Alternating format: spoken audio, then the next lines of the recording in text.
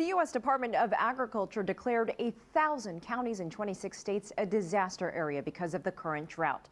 Other parts of the world are also witnessing extreme weather conditions. Earlier, I spoke with David Doniger from the Natural Resources Defense Council and Myron Ebell at the Comparative Enterprise Institute. Both have very differing views on whether climate change is behind it all. Our atmospheric science agency reported that the last year had just been one of record heat, and not just the whole year, but month after month. And they calculated the odds that this was happening by chance at 1 in 1.5 million. This is longer than humans have been walking the earth, that this should happen. It's got to be accounted for by the carbon pollution, the trillions of tons of carbon pollution that we're putting in the atmosphere. It's contributing to it. So when you get hot weather, it is worse. When you get drought, it is worse. Even when you get warm winters, they are warmer than they would be if it weren't for all this carbon pollution.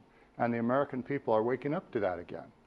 Well, Myron, what do you say to this? I mean, a lot of people this summer are seeing record heat, heat waves in many parts of the country. What's your take on it?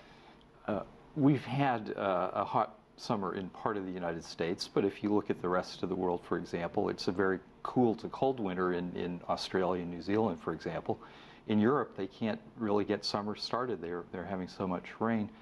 The fact is that there are cycles. It gets warm in the summer. Every summer there will be records set somewhere. There is a drought that appears to be starting in the Mideast to Midwest, but we haven't seen the whole summer yet.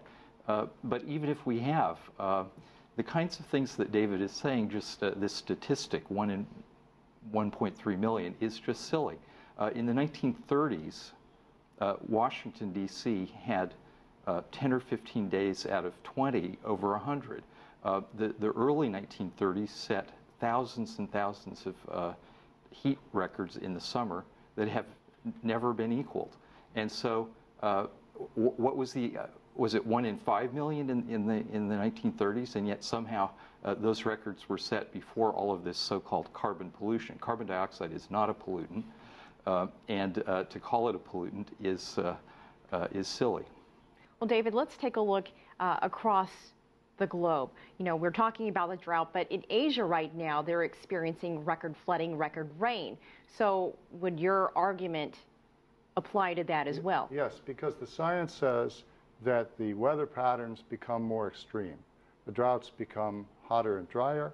The floods become stronger and deeper. The weather becomes more extreme.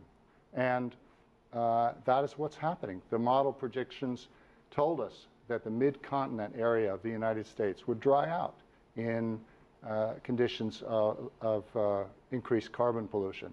This is consistent with those models. Myron?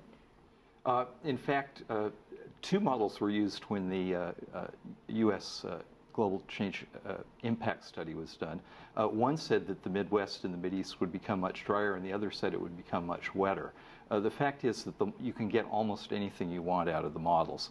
If you look at history, you look at human history and the voluminous records, you will see that the times of warming have been times of less extreme weather, less severe weather, and that, for example, the Little Ice Age, which we started to come out of around 1850 after several hundred years of quite cold weather, was a time of terrible extremes and of human suffering and, in fact, of continual famines.